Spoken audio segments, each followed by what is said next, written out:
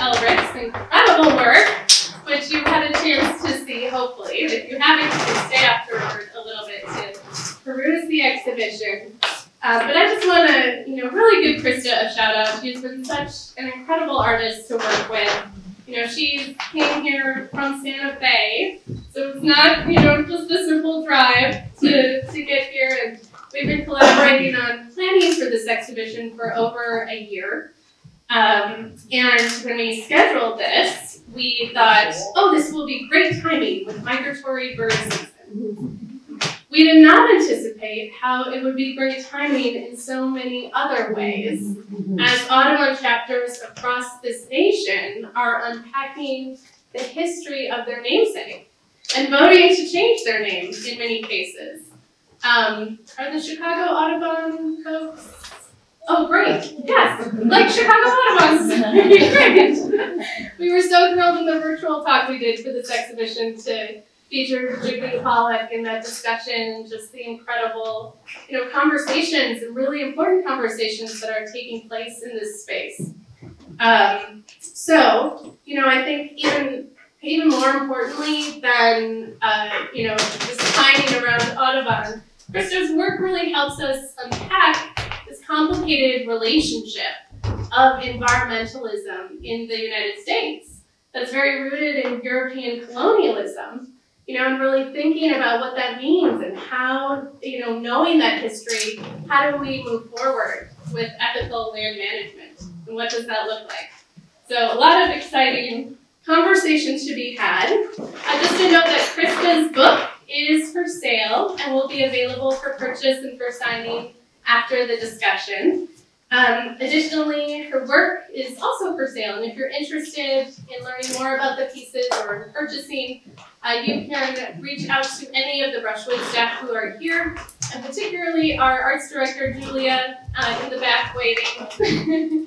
So Julia did an incredible job putting all of this work on the walls and organizing this, so thank you, Julia, for that. And then also, if you could just draw your attention to the program, on the back side, you can take note of our community agreements, which, if you can read through those, we just ask that everyone honor and uphold those in our conversation today to ensure really safe conversation and space for everyone. So a little bit about Brushwood before we dive in. Brushwood Center's mission is really focused on supporting this improvement of health equity and access to nature through partnerships, community, and the arts. And we work toward a vision of resilient and connected communities, both human and ecological, where all lead healthy and thriving lives. Our programs serve youth, families, veterans, active duty service members, and those facing racial and economic injustices through partnerships with more than 80 organizations and 300 artists across our communities.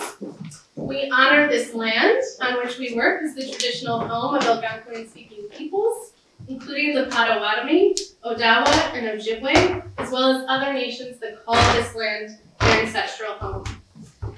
We celebrate this, and we're very excited to partner today with Catapan Kitchen on this event. So hopefully you were able to enjoy some of their food and drink. Very, very delicious.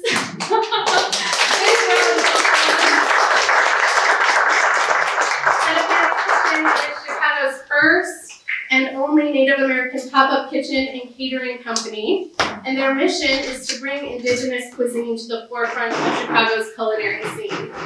And so I'd like to invite Jessica Monica, the executive chef, to share more about this amazing food and their mission. I am executive chef Walks First, the owner and the brainstorm behind Catapan Kitchen. I have my sous chef Cherokee here, who is the second brainstorm there. I don't do this alone. I am Chicago's first and only Native executive chef. We just realized last week that our catering company is the only indigenous catering company from the Great Lakes to the East Coast. Wow. Yeah. Being an indigenous chef is an anomaly. It's something I work really hard to change, but food is not our only mission. Our biggest driving force is education. It's becoming good stewards of the land. you know, these are also my ancestral homelands. Menominee people, you know, walk these lands too, in addition to all the other tribes. So there's a fondness, you know, just because, you know, not only because I grew up in Chicago, but because I know my people were here once too. So, you know, we do our work, we do a lot of education and a lot of teaching and sharing about the restoration of indigenous foods and food sovereignty. And, you know, when I introduced the concept, I realized, like, you can't just bring something completely new that nobody knows anything about and expect it to, you know, flourish. So it needed the education component, and me and Cherokee have stepped up to the plate with that. And we've gotten to share our message in a lot of beautiful places and spaces. And this year we are working to launch a nonprofit organization called Michi So, which is the Menominee word for to eat. And the basis of this program is, the nonprofit is, we want to launch a farm, a sustainable farm that would provide access to traditional indigenous foods for our community members here in Chicago. If you're not aware, we hold one of the largest urban Indian populations in the country. I think we used to be the biggest. I think now we're the third largest, but there's still a lot of Native people here who live away from ancestral homelands and don't have access to our indigenous foods. And then, you know, you guys, I don't have to tell you how horrible the American diet is. You know, most of the foods that we eat every day are banned in other countries. They're filled with carcinogens, chemicals, and, you know, dyes that are toxic. And a lot of you know, if you look in the history of, you know, just like, you know, disease, autoimmune disorders are high, autism is high, and that all ties back to the food that we eat because of the chemicals in them. So, you know, our idea for this farm is to restore our traditional foods, because restoring them restores health. There's a whole lot of other reasons why we're working toward this, and I'm going to let Cherokee talk to you about that, because, you know, I cook, but I can't even grow a succulent. So, he's the master farmer and the mastermind, and he's really helped refine the concept of what our nonprofit is going to look like. So I'm going to give it to my sous chef here and let him tell you a little bit more about that. Thank you.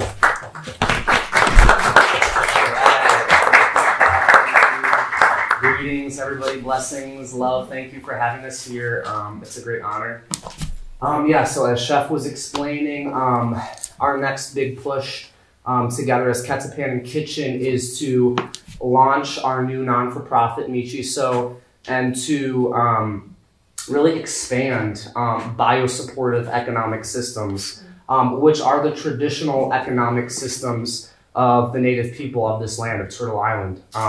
So, you know, we're sort of realizing in contemporary culture that our economic systems, our agricultural systems, they're not biosupportive. They're actually doing the opposite. They're stripping the nutrients from the soil. You know, we're putting poison into the soil, artificial nitrogen fertilizer. So that's the exact opposite of a biosupportive future, a biosupportive system.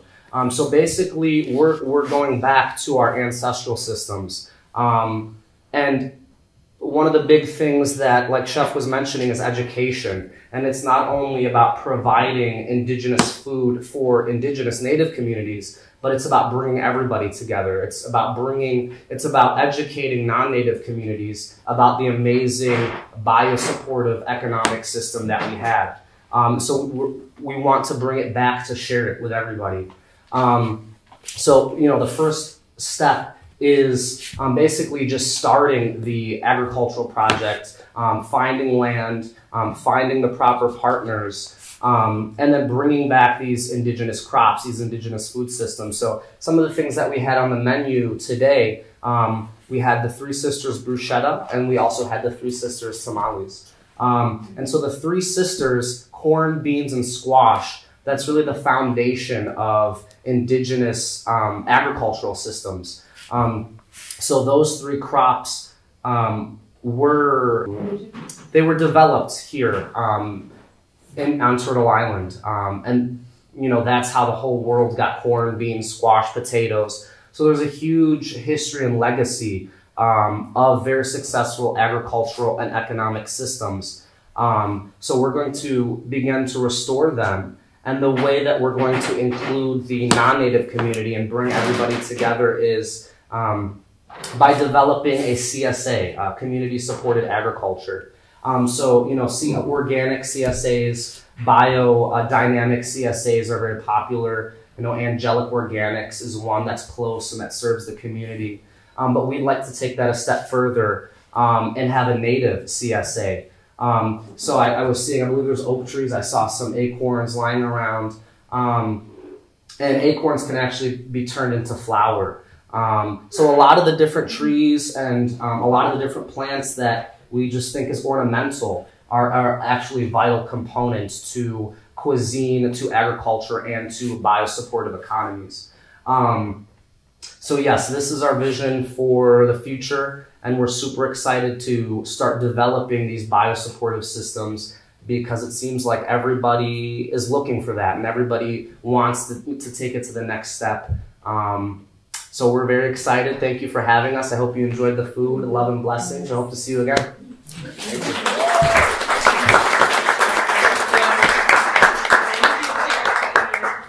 Jessica.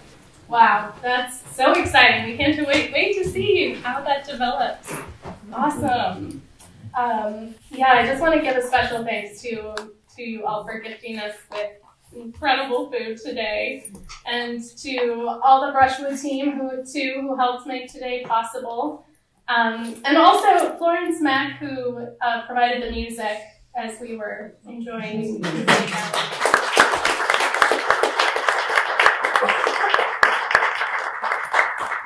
So to move into our panel, I'd like to welcome our featured moderator this afternoon, Jerome McDonnell, who many of you will know Jerome's voice from his work on WBEZ's Worldview. But he was with our Chicago local NPR station with 37 years in public broadcasting.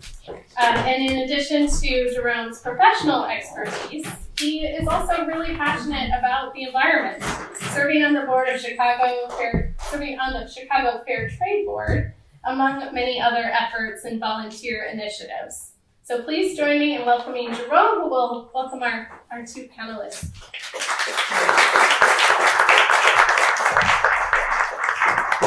Thank you, Catherine. It's great to be back at the Brushwood Center. I really enjoy coming and hanging out with everyone at this organization.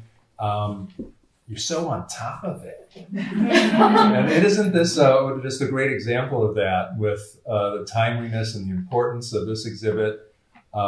It's not a coincidence. It's because you're on top of it. And I want to just shovel right into our speakers and get to your questions a little later, because I think this is good conversation material for everyone. And here to my left is Krista Elrick, and this is all Krista's work here, all these beautiful silver gelatin prints with a Hasselblad camera, just the good old snap stuff before the days of pixels. And she has more than 35 years experience as an exhibiting artist and activist. She considers herself a catalyst who initiates conversations about environmental change. And Where the Birds, Retracing Audubon is her work. And, you know, if you haven't seen it all, check it all out, because it's great all the way through. And while she's contributed to and co-authored lots of books, her book about the material in this exhibit, The Country No More, Rediscovering the Landscapes of John James Audubon, is her first solo project. Elrick has made Santa Fe, New Mexico her home for nearly 30 years. She's worked with scientists and Native people throughout her career, all of whom have helped her to continually reframe and refine her ideas about time and narrative. And while and it's great to have you, and it's great to see your work, and it's so thought-provoking. I've really enjoyed it. Congratulations. Yay.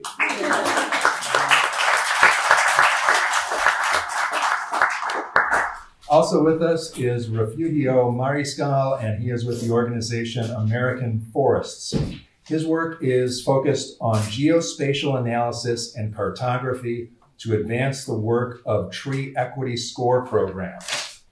He's into data stuff.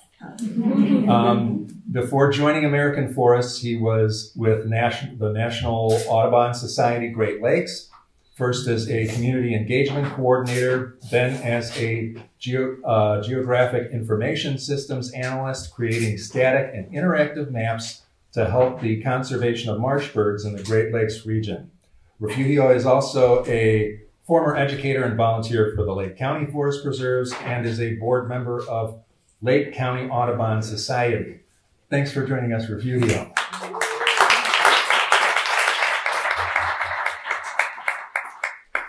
Krista, let's start with this exhibit and this effort that you made.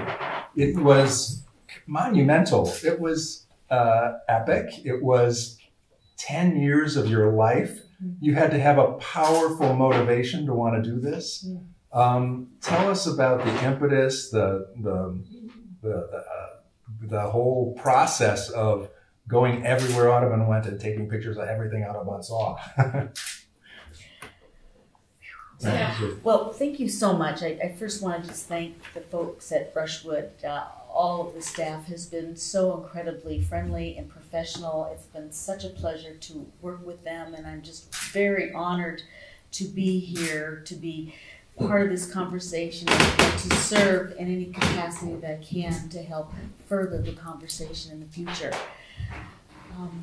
I also, before I get started, I wanted to thank my mentor of about 30 years, Dr. Dave Warren. I did dedicate my book to him, and Dave is a historian, a diplomat, and an elder of Tewa people in the village of Santa Clara in Santa Fe, or in northern New Mexico, excuse me. Dave has been a friend and a mentor, and he encouraged me to look at history like a cubist painting, in the sense that, well, it might appear to be a woman walking down a flight of stairs. You have to study it from many different perspectives in order to understand it. Sometimes it's hard to look at, not always is it pretty, but history matters. And those kind of multi-perspectives about what I did with this project was with me throughout the entire project, and I just want to honor that. How did I get started? My goodness. Back in about 2006, I got fascinated with photographing birds. And I had a little Diana camera, and for those of you who are photographers, you know it's a little plastic lens camera with absolutely no control in it whatsoever. And that's what I loved, because I didn't want to be able to control what I was doing. And I liked the surprise and the element of not knowing that really feeds my process and my work. So I started photographing birds with my Diana, and was fascinated with I want to do more of this. And so I started talking with some people, and they suggested that I read the journals of John James Audubon, because he would know where the birds are, and I wanted to find them. So I did. I started reading all of his journals, and I was fascinated because his life was in the United States was before the Industrial Revolution. It is before the Civil War, and it's at a time when the rivers were wild, that the trees were old growth, and native peoples had managed them for centuries.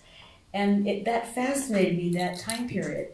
And his journals, albeit you can never really trust anything that Audubon wrote about, there is an element of real solid knowledge about the landscape, the plants that he saw, and the number of birds that he encountered. So off I went, and I just, quite frankly, had a crush on him. I thought he was the coolest man, and he got to adventure, and I wanted to do the same thing. And I was so naive that I was going to find an ivory-billed woodpecker, or a Bartram's warbler in the exact same place that he found them. And that was really a surprise when I went to these places. Now, I've been trained in photography to really do solid rephotographic work. You go there, it's the same time of season, it's the same time of day, you use a similar kind of lens equipment to get the exact timing right. And so I tried, even I was using his journals. Of course, he worked before photography was invented. And so it was, but I was following his biography, and I wasn't trying to explore anything other than his biography and these places. And it became very clear early on that things had changed dramatically, and I was not seeing the birds. They just were not there. And it was really difficult for me to understand why. And I wanted to know why, and that's what kept me going, because it took me a long while to fully understand how much the landscape had changed in over 150 years, and how rapidly it changed early in U.S. history. And even during the course of my lifetime, 66 years, especially in the Deep South, where he spent most of his time doing the great works of his project, it was converting from ancient forests into agricultural lands, so that rice, tobacco, cotton could be grown. And of course, it was all enslaved people who were changing the landscape and pushing the natives out. He observed all of that in his writings and commented about all of that time period. And most of his journals and works are for the antebellum society in which he was wandering, which gets a little complicated. So, not to take up too much of the time, but in my chapter, the second chapter of the Swan of December 25th, that's where it includes some of southern Illinois. And it's a very important landscape where the Ohio River and the Mississippi River come together right there at Cairo, and right where the Cache River comes in as well. And that's when Audubon really pissed me off. And, he got under my skin, and I decided at that point, after he and a group of Shawnee Indians, which he described as being Shawnee Indians, I don't believe it, went and did a hunt and ended up killing about 50 trumpeter swan, and on December 25th, and the feathers were used for the European fashion industry. And Audubon was invited into the hunt with a whole lot of whiskey to help along, and he had so much fun on this hunt, and was really, and his final words were, "Praise be to God for doing this," and really boasting about how wondrous it was for him to do this. And that's not the kind of history I learned, and it made me very angry about how this leader, how this formidable man would do something like this. And that's when I really started to dig deeply to uncover some of his real problems in his history. And in my book, I'm letting him tell the story. He is taking us on 7 different adventures in his own words, and I edited it in a sequence, so it's how he wrote it, but you can decide whether you think it's appropriate behavior or not. And I just wanted to end with, to me, the confluence of the Ohio and the Mississippi River right there at the Cache watershed is one of the most important birding areas and hunting grounds, and an incredibly rich soil and landscape. And in my dreams, I would love to see that rewilded, remanaged, and become a supportive, recovered ecosystem so that birds can return, and the ecosystem is much more diverse. So with that, I'll pass it on. All right, and now Henry Barkhausen, a Lake County resident, and worked for many, many years to restore that or protect that area, and the visitor center there is named for him, and his son's here today, Henry Barkhausen. And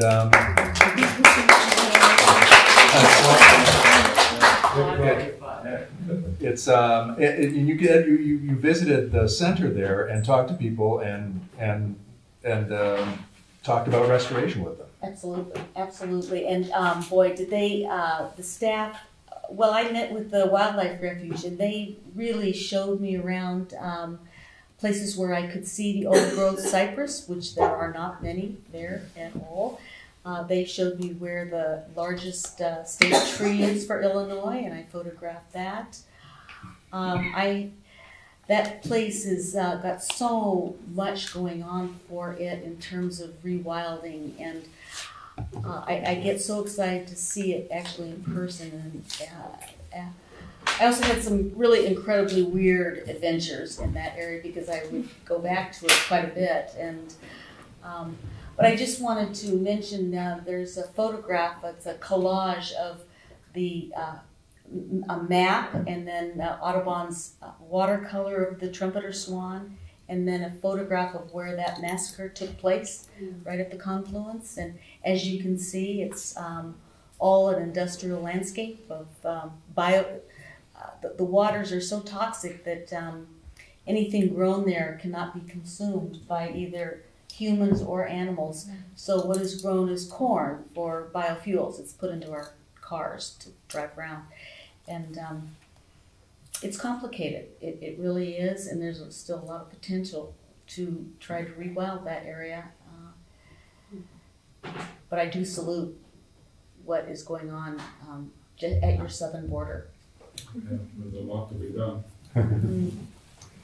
I've got the same question for you, essentially, Refugio. Tell us about your John James Audubon story, and you must have a origin story with your love of birds and your relationship with Audubon and learning about Audubon. Tell us a bit about yourself in it. Yep. Yeah. Well, first of all, thank you again for Brushwood, Danny, who just had to leave, and Catherine. I partnered with Brushwood before when I still worked at Audubon, and they've always been great. We did an event in this room actually too, before, a couple years ago, with some school kids. But I guess I've always been super interested in anything nature really ever since I can remember. Growing up, the family didn't have a whole lot of money, right? So I would spend a lot of time just playing outdoors, and my parents still live in the same house. They in Round Lake. They live pretty close to a creek, and I would spend hours at this creek just catching crawfish and snakes, frogs, anything that I could, right? And so that really developed as a really, really deep passion for the outdoors, for nature. In college, I studied geography with focus on environmental science, and I knew that was where I wanted to be, sort of in the field. But sort of once I graduated and you try to get a job and you try to put yourself in the field, it becomes apparent that it's very, very difficult to get in there unless you have money, your family has money.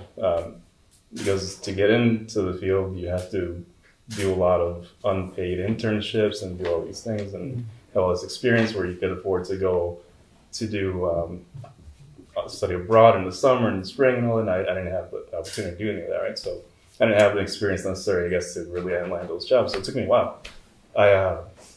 Before working for Audubon, I was a teacher at Round Lake Middle School, teaching science and social studies. One spring break, I didn't have anything to do when I was a teacher, and so I decided to go volunteer at Old School Forest Preserve, just not that far from here. And the then vice president of Lake County Audubon, Glenn Moss, who's now the president of Lake County Audubon, he leads the work days there. So I started talking to him, and then he invited me to the member meeting, which happened to be the next Monday. So I decided to go, and I like birds, but I never really was into birding. I knew about Audubon, I knew what Audubon was, but to me it was always basically a really old white institution for rich people. I didn't know much beyond that, right? Just they had a cool website, they had some pretty nice nature guides and bird guides, but that was basically it. I went to the meeting, and going to the meeting, it was pretty much all old white people. I was the only person of color at that meeting of, I want to say, like 60 people. there. But everyone was super nice. Everybody in the board was really nice. I enjoyed the presentation that they had. So I started going a little bit more, and then I got involved a little bit more in birding. And I happened to see a job. I looked online for Audubon's website, and there happened to be a job posting that they had for an engagement coordinator here based in Lake County. The office for Audubon Great Lakes is in Chicago, but this position was based in Lake County, which is perfect, right? Sort of, it was like a mix of environmental education, and they wanted somebody with a science background, and knowledge of local outdoor areas. So I thought, perfect, right? Should apply. And I did. I didn't think I'd get the job, but it was sort of almost by chance that I happened to finally land where I sort of wanted to be, right? Sort of where I wanted to be. Going into it, like starting off, it was a big risk because the job was part-time. I was working as a teacher full-time, public school with, nice pensions, really good benefits. And our daughter was young. My wife is here, and we had a young daughter, and my wife was very, very afraid. That moment it was scary because it's a big risk. I'm going from, a full-time job that paid fairly well, to going part-time, and, my pay would be cut in half basically. But I decided I'll take the risk, and then hopefully from there it'll develop something more, and luckily it did. And going in, again, working for Audubon Great Lakes, which is part of the National Audubon Society's regional office. First of all, it was great to begin with. My manager then was amazing, Karina Ruiz, who's now the I forget her exact title, but she's sort of, she works for Environment for the Americas now, based in Colorado, but she was awesome. And most of the staff there was amazing as well. My experience was in the beginning was really good, and for the most part it was great. But I sort of went into it again as well with a little bit naive, like you said about I didn't have a crush on Audubon, but I sort of went into it a little bit naive in that. Audubon's a big name, right? So these paintings are beautiful. He was super talented.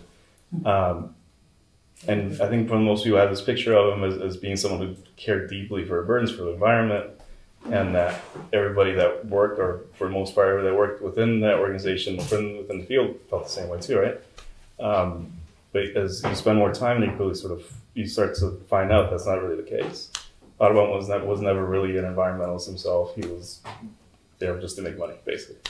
A lot of the organization, the National Audubon Society organization itself, is the same in that respect. They're very, very focused on not changing. I'll say that. You want to stay the way that they've been for the past 100-some years. I'll say that the huge majority of people that I worked with directly were amazing. Were amazing people. But the organization itself from the top needs some work, and I think in that regard, I was naive to think otherwise, I guess, right? But I'm still involved with Lake County Audubon Society, still as a board members, we're all volunteer work. And I'm still in touch with some of my former coworkers who are amazing people as well. But I guess that's my path with Audubon. What is it? When did you learn about Audubon's past, and what really bothered you about it? I don't know the moment that I think it's sort of, we have, within Audubon, we have a Slack. We use Slack to communicate within our organization, right? So basically like a messaging sort of tool application. And there's always, people post things, and then we have conversations within our organization for other staff members and coworkers that, work at other offices and for the national office and all that. And I think just slowly you start to learn new things. I'd say pretty much everything bothered me about him. Other than his paintings, I guess his paintings are good, they're great. But you start to learn right about how I had no idea. I never really thought about it, right? But he was an enslaver. He owned, it was like 9 people or something, right? He desecrated graves of indigenous and Mexican graves for his own benefit. There's a lot of things that I'd say are bothersome about him. To do skull measuring and stuff. Yeah, the old skull measuring, depending on the size of your skull and the shape of your skull, you can tell whether you're, but there was one. I wouldn't say that there wasn't. I can't pinpoint like one moment where I would say like, okay, this is. But it's sort of trickles in as you start to learn a little bit more about him. I mean, I assumed he's a white guy from the 1800s. I assumed he wasn't a great guy, right? But yeah, I didn't think it was that bad.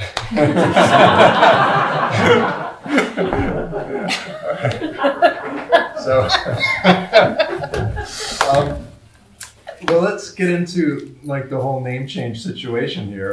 We've had, I don't want to, it sounds like there was a wave of resignation several years ago from the board. Drew Latham, a very prominent birder, a black birder, resigned a few years ago, and the Audubon said they were going to go through this one-year process where they consulted with everybody, hundreds of people, hundreds of organizations, and go through this thing. And then they decided that it was that the organization transcends one person's name, and Audubon has come to symbolize our mission and the significant achievements it's made over its long history. Was the direct quote. Well, what did you think about? How did you feel about this when it was happening? And now we've had this wave of organizations that are not going to keep with the Audubon name. All the affiliates are giving up the name. The Chicago, the New York, the Washington, the Portland, the Seattle. They're all going to give up the name. What do you see happening here?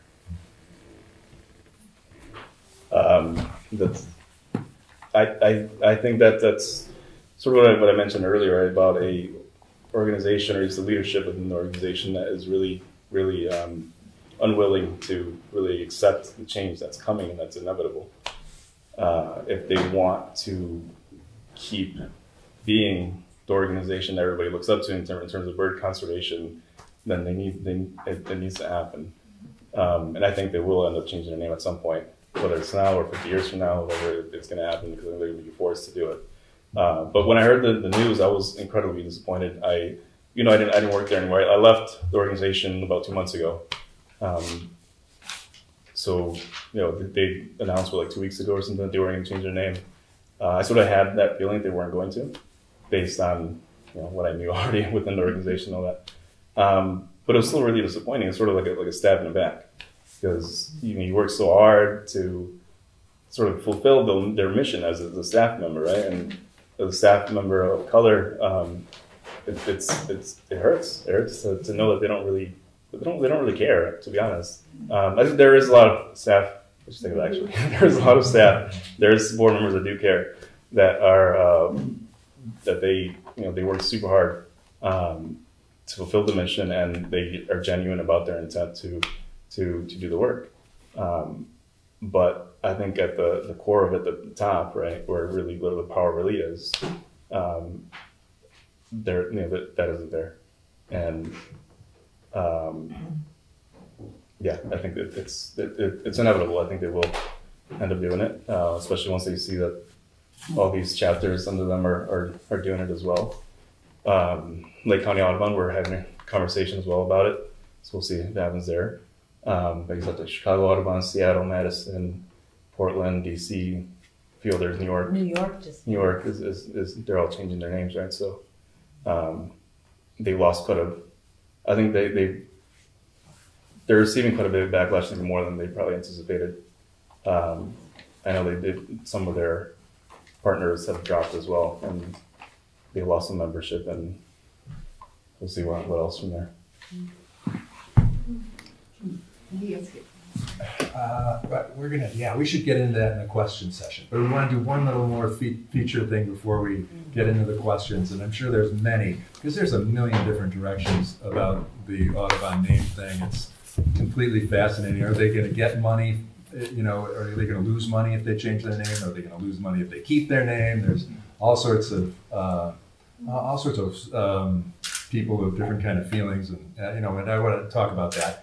But I do want to talk about the ethical land management and what that looks like in the future. How do we begin to approach that? There's amazing examples going on all around us, and you're from New Mexico, and there's interesting things going on. There's a lot of interesting things going on in Wisconsin. There's things we can do just to be more equity-centered with our own land management right now, without a bunch of court cases or something, if we wanted to. And Krista, can you? I mean, your exhibit is about what is ethical. What are we doing? What is the ethic we've been imposing on the land, and how can we move somewhere? How do you see this going? Sorry about that. Well, thank you, Jerome. It's true. I've been living in New Mexico for 30 years, and the tribes there are very powerful, and they're very involved in both the state, local, and national politics and legislation and policy. And I'm very proud that we brought forth Deb Holland to be our representative, and then now the Secretary of Interior. So I just want to be upfront. Yes, I was involved and support her work. I also just want to be upfront too that I am a non-voting member of the National Congress of the American Indian. And as you know, there's a whole system of tribal government in this country that's almost invisible, but it's right in front of our eyes. And they represent the 576 Más o Menos tribes that are federally recognized. And that system of governance and policy is very, very active and very deep. And their current president, Fawn Sharp, is someone who I encourage everyone to just listen to and Google her name and see where the collective tribes are talking about co-management and land back. So it's been a system that's in place for a long while, and what we're seeing in New Mexico and all in the West are the national parks and preserves, public lands being now actively going into co-management. And we talked about what are some examples, and one that I wanted to bring up just was in our local paper on Friday. So this is like 2 days ago that it hit the front page. And I thought it was an interesting example. I personally, I know the place very well. I recreate at the Via Calderas all the time. It's a huge volcano, was active over 1 million years ago, and then it imploded. And what is left is a 13-mile diameter circular ecosystem that is filled with hot springs, streams, meadows, the largest elk population in all of New Mexico. And of course, it's the ancestral and sacred lands of the Pueblos that are totally surrounded in every way.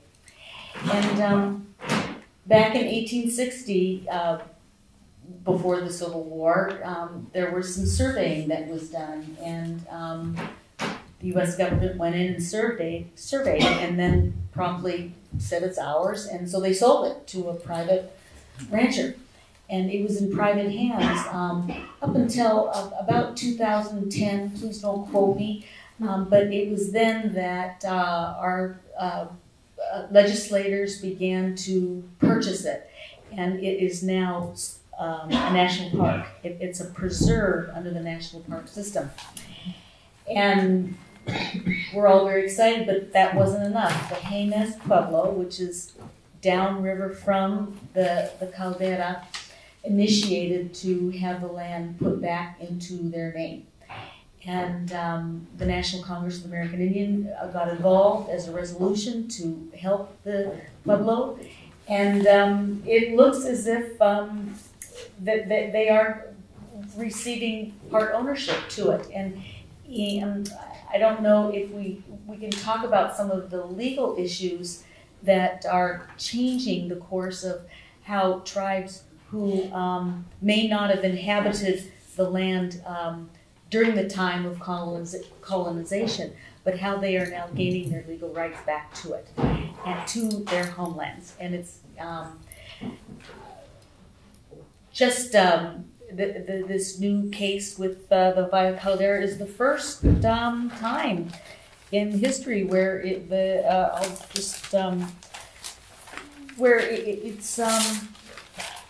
just so fresh that I 2 days ago that it's the first time ever in U.S. history a tribe has ever demanded the return of an Aboriginal title that has not been exhausted or terminated. It's gone to court and successfully recovered. And so what that does is it opens it up to any tribe asserting their sovereignty over their homelands and beginning the process. And there are so many of these happening, and I know that Jerome has some examples as well, but it's coming. It's here. Yeah, I was surprised one time the Center for Humans and Nature, I picked it up and I was reading Kurt Meining's article. He's the Aldo Leopold biographer, and he was talking about the Defense Department giving back 1,500 acres to the Ho-Chunk right by Devil's Lake. And I thought, wow, the Defense Department, it's pretty wild. And, you know, if you look into it more, there's lots of examples like it. Janet and I were on vacation in the Tip, and we were up there listening on the radio, and they were raising an indigenous flag on Isle Royal National Park. They have 2 flags go up every day now, and one's an indigenous Ojibwe flag, and one's a U.S. flag. And everybody's real happy about it. There's also just last year there was 1,500 acres at Bayview in Bayview, Wisconsin, right there by the Apostle Isles, the land right across from it. The indigenous group there got 1,500 acres to add to its holdings already from the county there. And there's the county guy shaking hands, and with the indigenous guy, everybody's real happy. It was pretty great. I want to ask you, Refugio, you're working on tree data spacing and things of that nature, and people are equating, just the amount of nature with inequities. This kind of is all part of one piece, really. If we're going to have an equitable land management system, we've got to have some nice land to be equitable about, and trees are an important part of it, and people need trees and need the nature you had when you were young.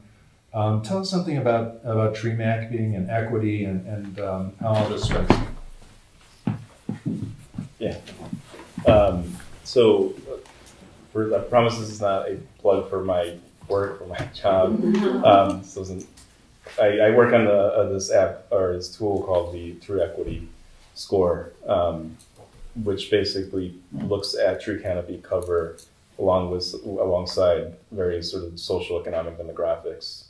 And the goal of some of the goals of that program is to really sort of drive home for governments and for organizations that are planning on doing tree plantings and doing land management, to really take a look at where their work would have the most impact, right? And we're not just doing management sake, not just planting trees just to plant trees, but also being very deliberate in where you're planting those trees, what neighborhoods, what communities need those the most, what communities would benefit the most from those, because we know that historically most of the communities that have more issues with asthma and lead poisoning and things like that have been usually communities of color or poor communities as well, because they have less, part of it, right, because they have less nature, less trees, and sort of not as a clean environment to grow up in.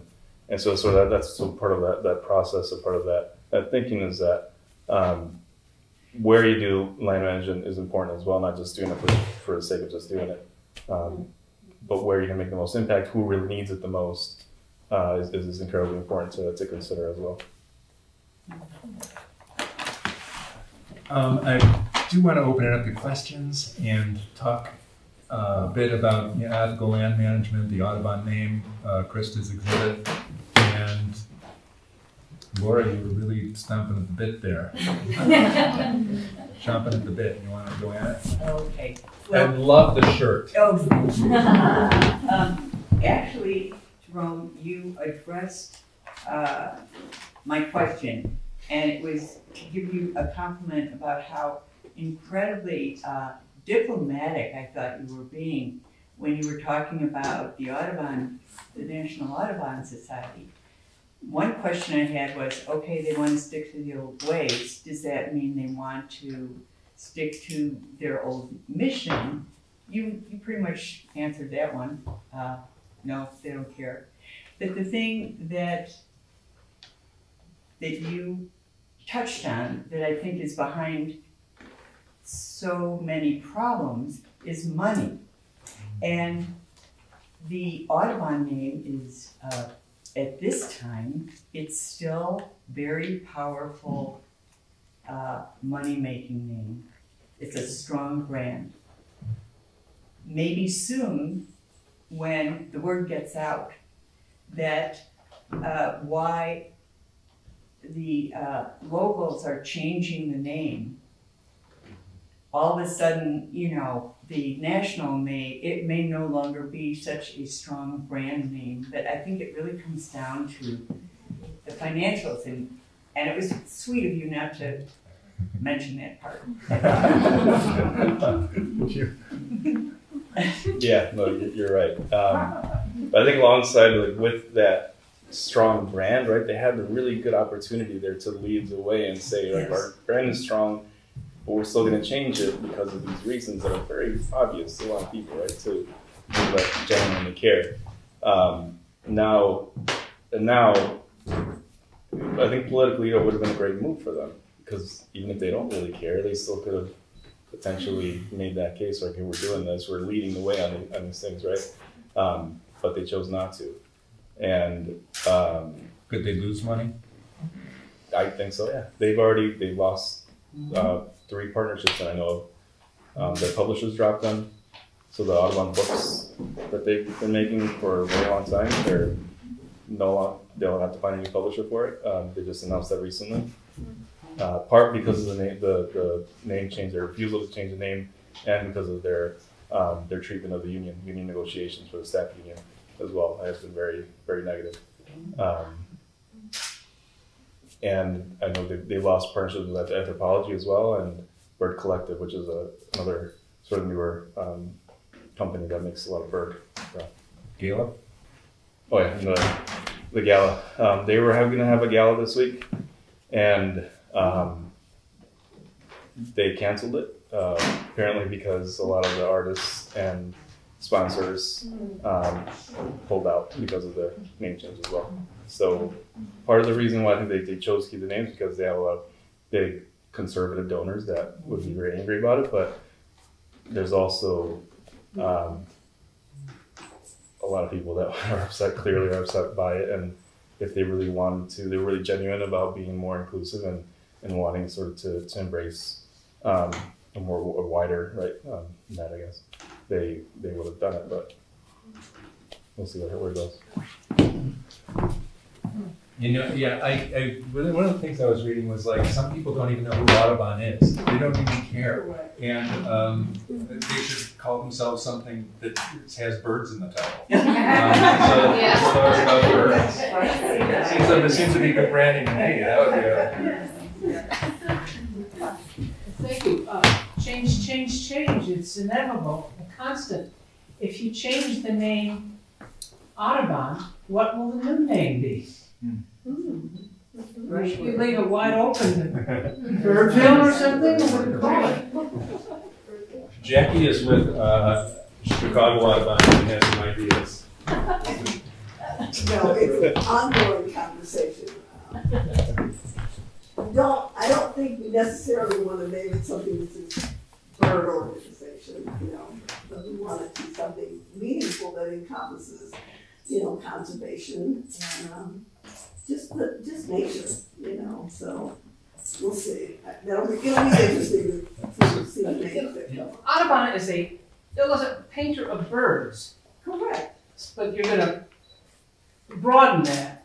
So what happens with history, as we know, with monuments being taken down and names of bridges being changed, I mean, it's American history. So it's like we have to look at things and say, hey, that's how it was. It's like you almost want to do, when we do a bird walk, you acknowledge the land. Okay, now we're going to do a bird walk and acknowledge, sorry, that our name is associated with someone who was not interested in conserving birds. You know? So, I mean, Audubon didn't name, he didn't create No, this I'm fully aware organization. of that. I mean, it's the artist of Right, what exactly. we've all admired for a long time. And if a print of his seagull comes up in front of Sotheby's, are they going to say this is by artist X?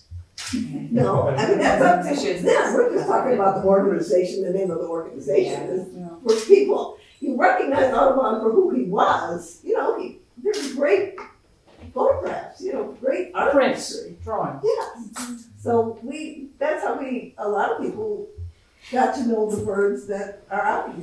So. But it sounds like you're for like nature forward. That's Yes. one of the Yes. Jerome, I'd like to offer input, but it won't be popular. Jerome, can I Sure. answer? Okay. So I think what Jackie was trying to get at is that we can celebrate, you know, we can acknowledge contributions made by people, even if they were terrible, horrible people. His prints were beautiful, right? They are. But by choosing to keep the name Audubon, you're sort of celebrating him still. You're sort of giving this platform as saying, like, now we want to associate him from being a slaver to now people now are going to associate him with being this great bird conservation, which he wasn't even a conservationist to begin with. So you're sort of giving him this unearned qualifications and all that for honor. Yeah, and he clearly did not deserve. But there were lots of people who really wanted to keep the name. There were 1,800 likes on Facebook when it was announced. There were 800 other people on Instagram who were like thumbs up. And Lynn? I don't know that I need this. Let me face people. May I switch seats with you for a minute? Certainly. Okay, so certainly there's a financial aspect to consider, of course, and that's one level. And there's a whole other level which we can't ignore, which is moral, ethical. And those come together in terms of image and awareness and sustainability of this world that we all love and care for. There's a line in the Bible, even that which has been designed for evil has been used for good. Audubon may have been the worst, idiot, crappy, enslaving, murderous. But Goethe once said, you cannot get out of the artist what is not in the man. Something in him saw the beauty and captured it and knew to capture it, and that has value. No matter what else he did, that has value because that brought awareness. Nobody would know about it. You wouldn't have that show. There would be nothing. So God bless him that he did it. And can we see his good? And God, I hope none of us is held up by our very worst inclinations or moments to the point where they diminish or negate whatever good we've done in this world. That would be truly a loss. And I will tell you, I've worked for every major church in the world, but almost none of them would exist if that were the case. Catholics, so they got their things. The Methodists, they got their things. The Mormons, they got their things. And all of them have things much worse than Audubon. Much, much worse. And all of the wisdom, that collective wisdom, knows that if we lose this name, we lose the believers, the pushers, the people who've made this blossom. So I invite us as a group today to just consider reframing it. Yes, it's hurtful. And if we as Audubon, as a group, embrace, as other organizations that realize their lifeblood, carried through that river of their name and saw what was best in it, and yes, held true and made atonement and made for what harm had been caused in that name, then you can go forward without the loss. I don't know that anyone is considered really the magnitude of the loss of the real name in history. Has any artist ever captured this level of diversity and beauty? Has anyone ever? We're just going to throw it away because we don't like what he did. I hate what he did. But he also did this other thing. And this other thing brought grace and beauty and awareness to a world that I dearly love and that almost nobody would know about otherwise. And there you go, I'm done. I could go on for hours. I'm just a guest. I didn't even know I was coming, really. I'm sorry. So it is interesting because in a lot of ways Audubon would exemplify things that the Audubon Society would want. He was a self-starter. He was like a citizen scientist. He was not a trained scientist. He was not a trained artist. He was just somebody who did this. Right. Which is Did he throw Judas out of the apostles? No, he took his. We're at an incredibly beautiful moment culturally, and going back to how Krista started our discussion about her mentor bringing different perspectives, and not having a singular perspective. So the beautiful moment we're in is that these other perspectives are kind of elbowing their way into our awareness, our consciousness, our consideration. It's challenging us, it's enlightening us, and for me, it's moving the pinnacle of manifest destiny, the Western European moment, to kind of break down the hierarchy and begin to start to think about more, rather than a line. I'm an artist, so I think visually. A line, we're thinking about a circle of inclusion.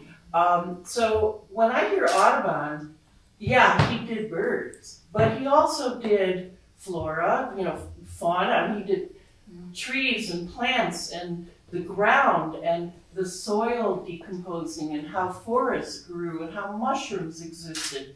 So the birds are not all by themselves. And for me, it's important to start thinking about it as a whole ecology of the wholeness of the earth, and that we include ourselves in that wholeness and awareness. And we're not excluding or separating ourselves, but rather we're embracing this moment of diversity and making room for other perspectives like traditional ecological knowledge that has sustained our planet for a long, long, long time.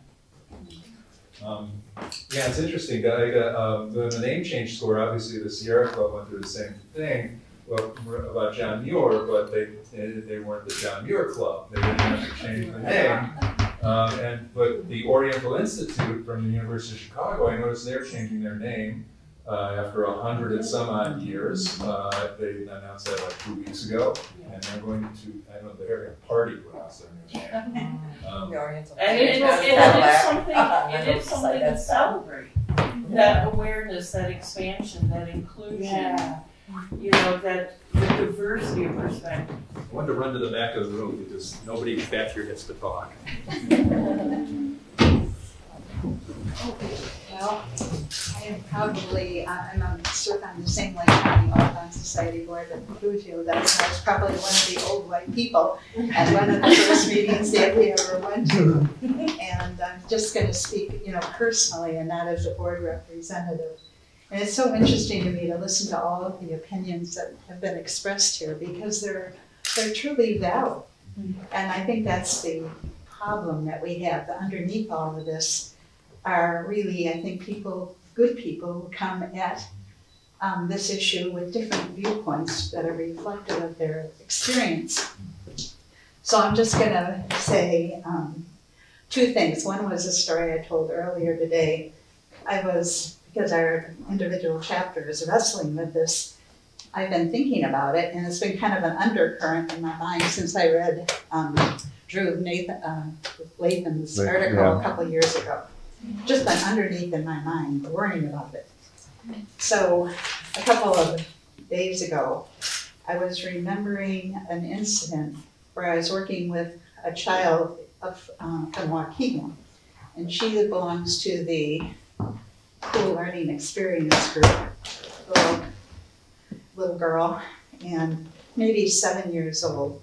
And in that group, they all choose a nature name, and then they learn about that plant or animal. And I was just sitting talking to her, and she looked up at me and she said, you know, my name now is Spring Beauty. And I said, yes. And I said, that's one of my favorite wildflowers. The first comes up, and she nodded. She said, I used to be, I don't remember what she told me she used to be, but she said, I learned more, and now I'm Spring Beauty. And I found myself thinking about that with this name change, because that's sometimes what our road is like on this earth. We learn something and we change. And I don't know if I can answer this dilemma that we're in with my mind, but I found myself asking the question with my heart. And my heart doesn't feel comfortable, you know? And I think sometimes we forget that as human beings, we try to be rational, but sometimes you just have to go with what your gut or your heart or your soul or your connection to this universe is telling you. And so that's the way I lean on this issue. And I can understand all the other arguments and discussion about it. So just thanks for listening. Thanks, that was lovely. Somebody over here. I want to miss the back of the room. I'm ready to let it be over. Catherine's still smiling, so I'm keeping going. I think. Hi, I'm Jocelyn. I'm new to the Brushwood family. Hello.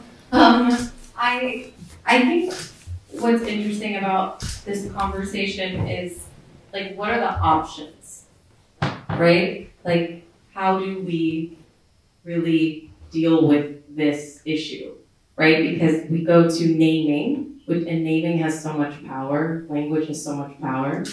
So it's like, okay, if we don't rename, if we don't recognize what happened, if we don't discuss it, if we don't talk about it, then how does the organization recognize, educate, reconfigure, change? They're giving $25 million to diversity programs. Yeah, that's what I was about to bring up. Who was they? The Audubon Society. Yeah. They announced it when they announced they weren't changing it. Because I think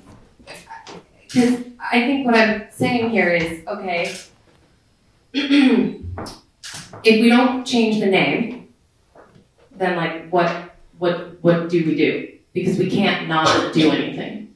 We can't not, so what does that look like? And so I just pose that as a question of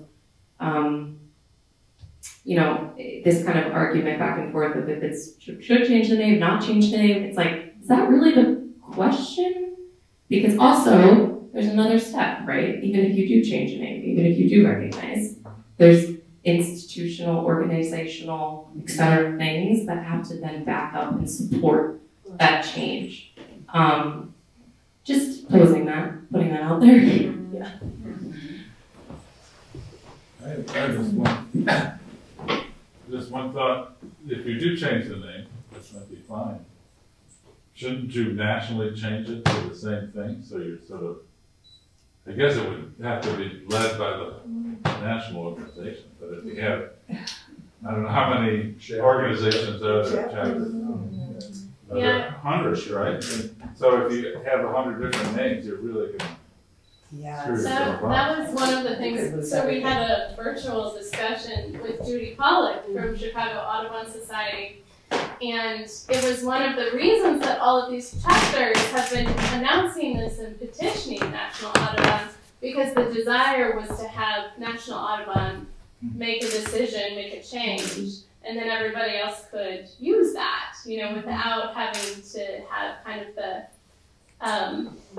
you could think of it as creativity, that each chapter will be facing. But yeah, I think that's a really unique and kind of interesting component to Audubon structure generally, is like that it is this kind of nested organization. Yeah. We have collapse. Did somebody come up with the 3 best suggestions. What's the name of the change? The Audubon named organization went with Nature Forward that is not associated with Audubon, but it also has Audubon in the name. Nature Center. Nature Forward? Nature, Yeah. Is it Nature Forward? Sure. Nature. So the chapters are their own nonprofits. They're only affiliated with Audubon, but they're their own nonprofits. They can do more or less whatever they want, right? The $25 million that they announced that they were going to put towards EDIB issues work. They haven't put anything forward to how those $25 million are going to be used. They don't have any an equity, diversity, and inclusion officer because the last 2 resigned within the last year because they themselves saw how the organization, the CEO, Dr. Elizabeth Gray, and the board president were not committed to that work. The most recent EDIB leader, they resigned specifically because of that. They mentioned so in their resignation letter. So just saying I'm going to put this much money into it, that doesn't mean anything if you're not doing it genuinely. You don't have a plan to do it. Why couldn't they put some of that money towards the renaming? Because it would be expensive, right? To rename everything to, logistically, it would be. So yeah, those $25 million are just words until you see the action. There's not much behind it so far. So let's remember that birds need habitat, and it's very place-based. And we know that we need to think like a watershed. And Robin Wall Kimmerer has reminded us over and over and over about how important the plant and animal life are in connecting us to very specific places that we live. And each one is unique. And I would hope that in this discussion about renaming that we really think about the place spaces where we're trying to support specific birds in specific habitats. And I would encourage, Audubon societies to go back to the local tribes and have a conversation about what is the name that you've had for centuries? What do you call it? It's all so unique to that river system, that watershed, and really, again, have a sincere dialogue about places where you're situated because they have a history and a name way before European settlement arrived. And then we can really begin to respect the history of this country and get to know it in ways that perhaps we may not have in the past.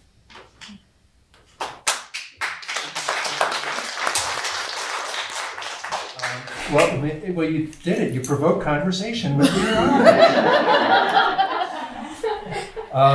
Thank you. We ran a little over. Krista's book is in the lobby, the vestibule. What do we call the entranceway? We're actually going to be bringing her books in here to be able to sign and purchase in the front. So you don't even need to leave the room. Just hang out for a few moments. And I just want to thank Jerome and Krista and Refugio for being here, being present with us, bringing all of this conversation to light, and for being brave voices in this space right now. Thank you so much.